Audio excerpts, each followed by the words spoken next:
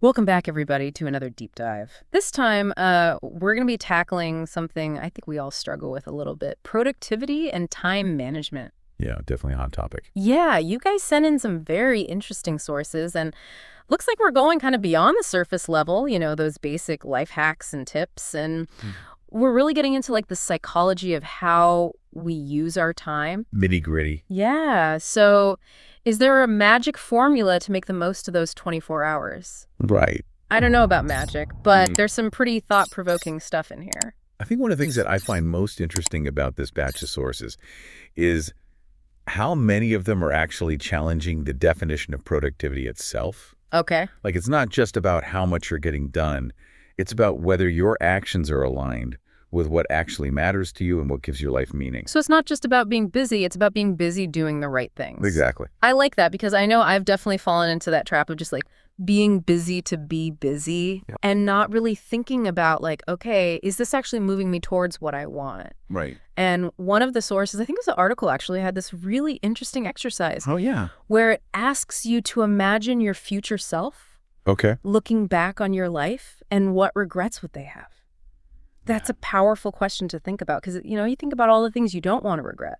Yeah, absolutely. And I think that exercise forces you to really confront those big questions of like, what would actually make me proud? Yeah. Looking back, what kind of experiences would I wish I had had or connections I wish I had made? And then the real challenge, I think, is how do you connect those big picture future aspirations to what you're actually doing today? That's such a shift in perspective, right? It's not even about like tomorrow's deadline. It's about like the legacy you're building over time. Yeah, it's a much longer term view. Yeah, exactly. And it's not about these like quick fixes or trying to like, hack your way to productivity. Okay, so we're talking about being intentional. Yes. We're talking about thinking long term, building towards the future. And that actually brings us to this idea of atomic habits. Oh, yes. Which I know is a concept from one of the books you shared. From James Clear. Yeah. So can you talk a little bit more about what atomic habits are? Yeah. So James Clear, in his book, Atomic Habits, argues that it's the tiny 10-minute, whatever choices you make every day. Yeah. Those end up having this compounding effect over time. Oh, that's so true. I think about that all the time. Like, Yeah. we all have those like 10-minute pockets in our day where like, okay, I can scroll on my phone. Right. Or I could, do a quick meditation, or I could do some, stretching or something like that. Right. And like those little choices, even though it's just 10 minutes, It adds up. it really adds up. It really does. Okay, so we're getting intentional. We're starting to build some positive habits. But I think we all know that feeling of like having the best of intentions and then life gets in the way or we get distracted. Yeah. And I think that's where the research on distractions becomes really important. Okay. Because these sources are not just talking about distractions as stealing time, but they're also talking about them as this like mental energy drain. Oh, absolutely. That makes us less effective overall. Yeah, because you're trying to focus on something and then you get pulled away. Yeah, you get pulled away and then you got to like refocus and it's like And then it's like, okay, where was I? I know, it's like trying to, write a report but also answer text messages and emails. Oh, yeah. And like keep an eye on social media. It's like your brain is just Yeah, you're all over the place. going crazy. So what are some of the practical strategies that the sources offer for managing those distractions? Well, one of the ones that I think is really simple but really effective is the idea of creating a focused workspace. Oh, yeah. I love that. I'm very much like if my space is cluttered, my brain is cluttered type of person. Oh, totally. So for me, that looks like having a dedicated space to work, keeping it tidy, and just like minimizing visual distractions. Right. So it's not like, papers and coffee cups. Exactly. Yeah. Yeah. And then like my phone's over there, like I'm not looking at it. Exactly. And it's amazing, how much easier it is to focus when your environment isn't constantly pulling your attention in different directions. Yeah. Okay, so that's the physical space, but I think a lot of us struggle with the digital distractions as well. So it's, thinking about how do you manage those things like notifications and, the temptation to constantly check your phone. So turning off notifications, silencing your phone, maybe even using some kind of website blocker if you need to. Yeah, if you need to go hardcore. Yeah. Okay, so we're building a fortress of focus here. Exactly. Only the most important things are allowed to enter. Yes, love that. And speaking of focus, one of the sources highlighted a technique that has honestly been a game changer for me. Time blocking. Yes.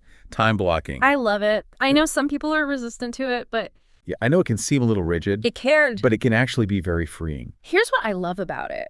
Okay, so it forces you to make choices. Instead of just like reacting to whatever comes up, Right. you're proactively deciding, okay, this is how I want to spend my time. You're being intentional with your time. Exactly. And Yeah. it helps me avoid that feeling of being constantly overwhelmed by like a never-ending to-do list. Right, because you kind of chunked it down into these manageable pieces. Exactly. Okay, so time blocking. Yeah. And it actually ties in really nicely with another concept that came up a lot in the sources, the 80-20 rule. Ah, the Pareto principle. Yeah. Have you heard of this? Of course. Yeah. Yeah. I mean, it's the idea that, 80% of our results come from 20% of our efforts. Right. You know? And I feel like we hear that a lot, but like, Yeah. how do we actually put that into practice? Right. And I think that's the key, is figuring out what is that crucial 20%. What are the tasks, the activities, the projects that really move the needle for you?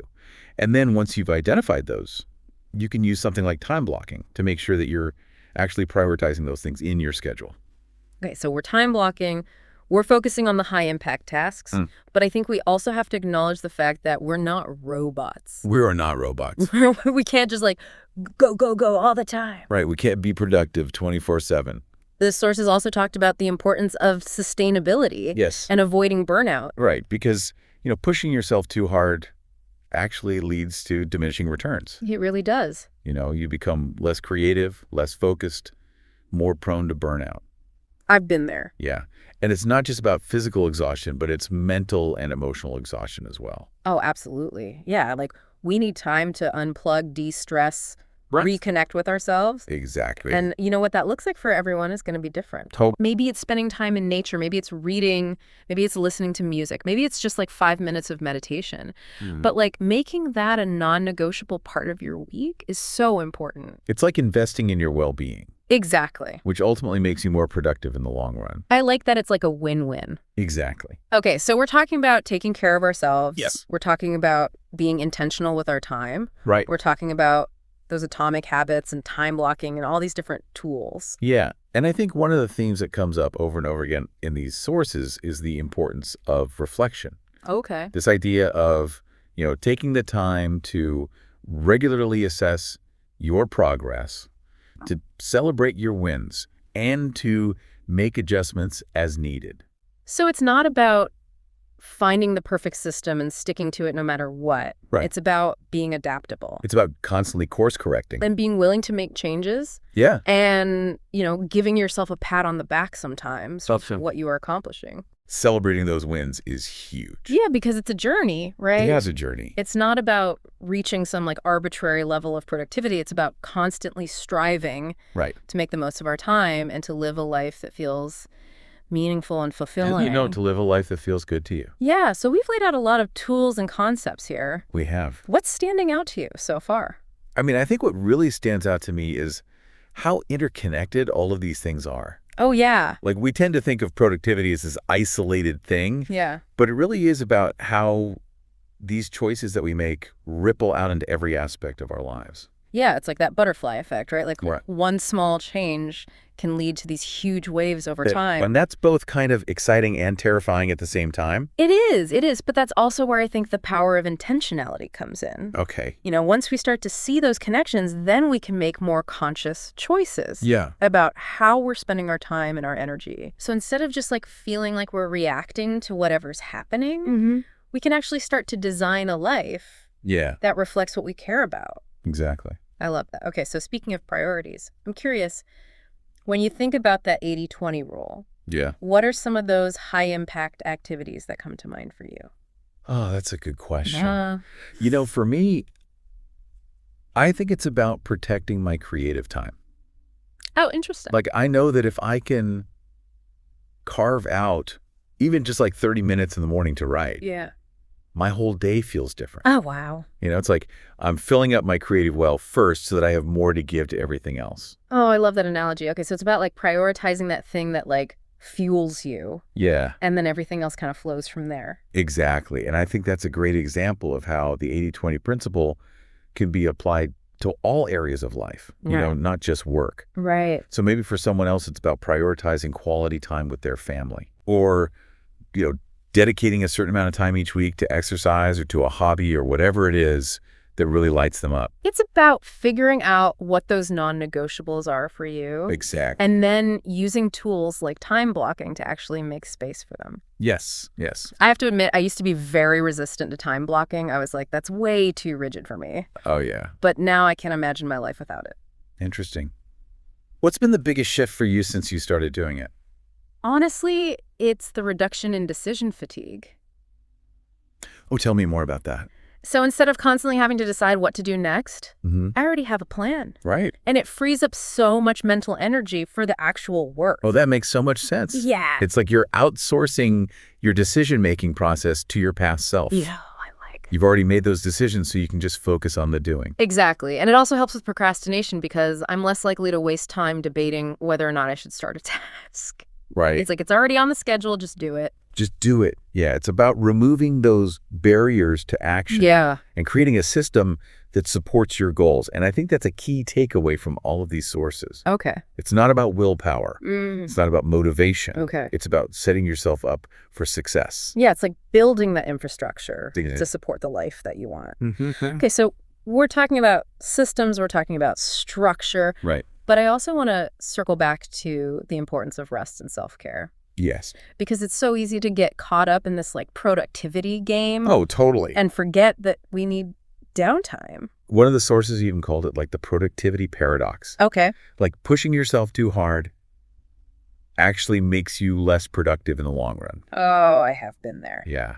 And I think there's this quote that really stuck with me from one of the articles you sent. Okay. It said, "You can't pour from an empty cup."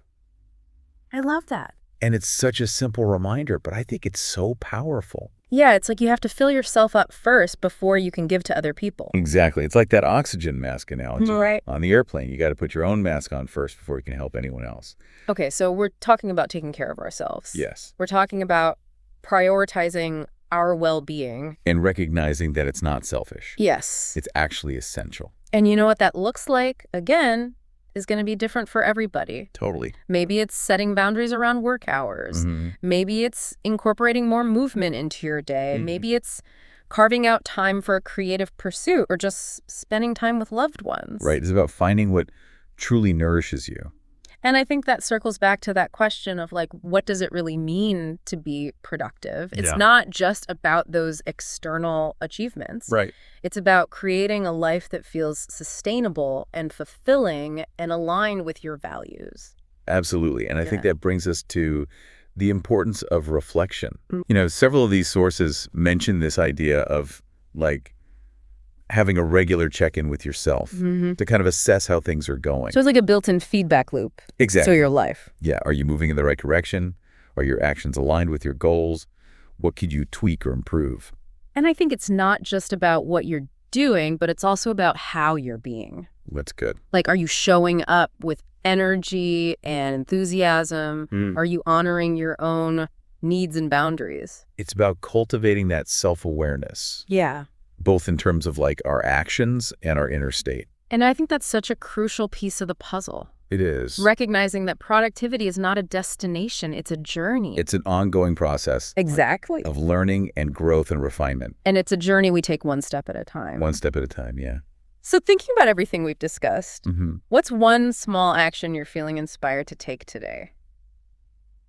Honestly, I think I'm feeling really inspired to recommit to my morning routine. Yep. Like that 30 minutes of creative time, no matter what, Yeah.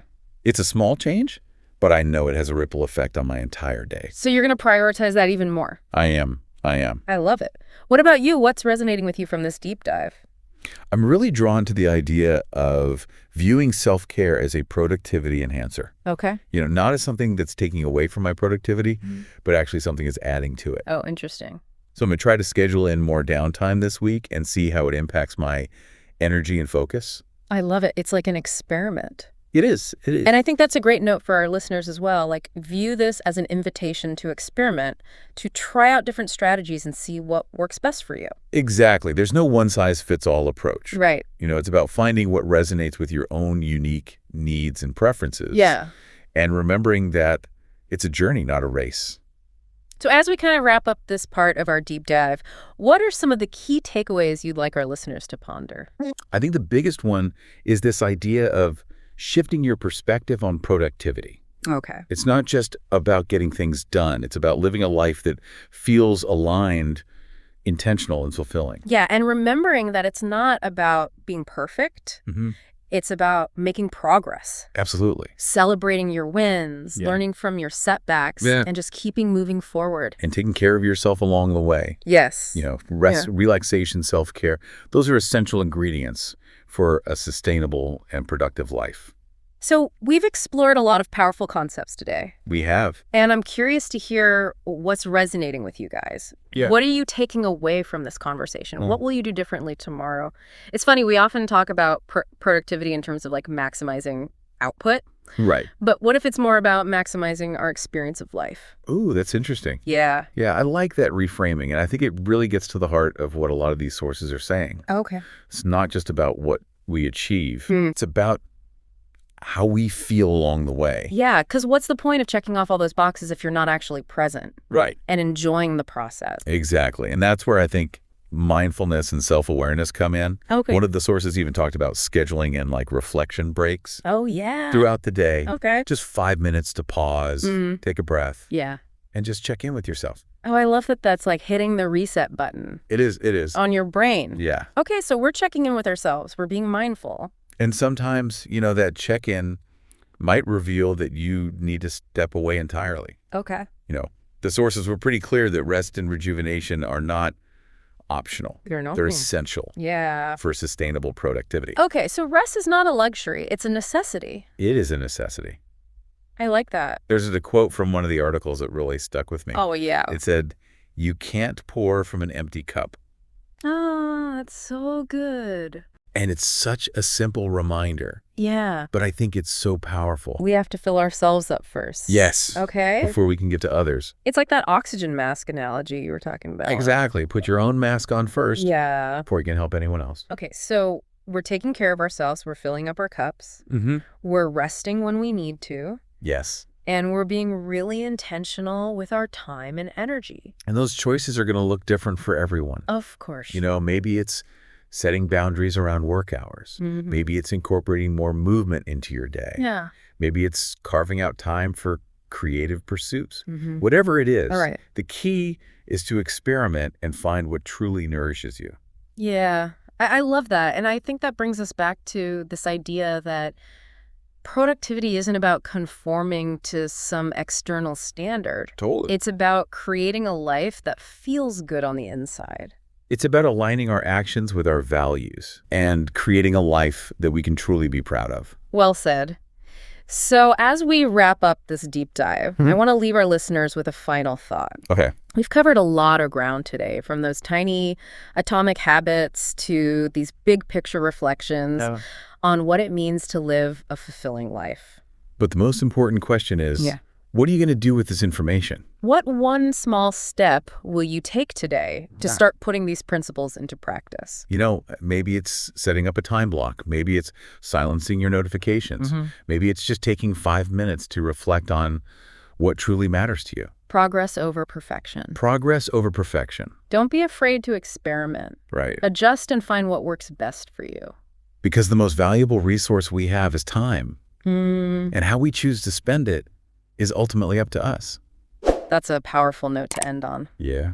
Thanks for joining us on this deep dive, and we'll see you next time for another exploration of the fascinating world of ideas and insights.